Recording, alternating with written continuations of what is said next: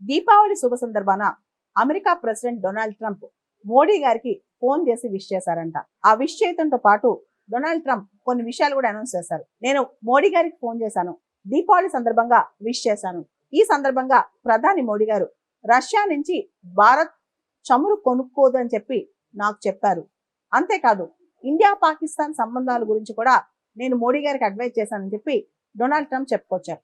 అయితే భారత ప్రభుత్వం మాత్రం డొనాల్డ్ ట్రంప్ మోడీ గారికి ఫోన్ చేసిన విషయం నిజమే, అదేవిధంగా దీపావళి విషెస్ చెప్పిన మాట నిజమే, కానీ ఇండియా పాకిస్తాన్ కి సంబంధించి డొనాల్డ్ ట్రంప్ నరేంద్ర మోడీ గారు చర్చించిన విషయం మాత్రం ఎక్కడా భారతదేశం ప్రస్తావించలేదన్నమాట.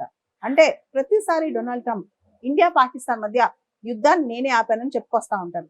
అదేవిధంగా ఈ వారం రోజుల్లో 4వసారి డొనాల్డ్ ట్రంప్ డైరెక్ట్గా చెప్పడం, భారత ప్రధాని మోడీ గారు రష్యా నుంచి ఆయిల్ కొనుక్కోవడం ఆపేశారు, నాకు భయపడ్డారు అన్నట్లు ఆయన మాట్లాడుతూ ఉంటారనమాట.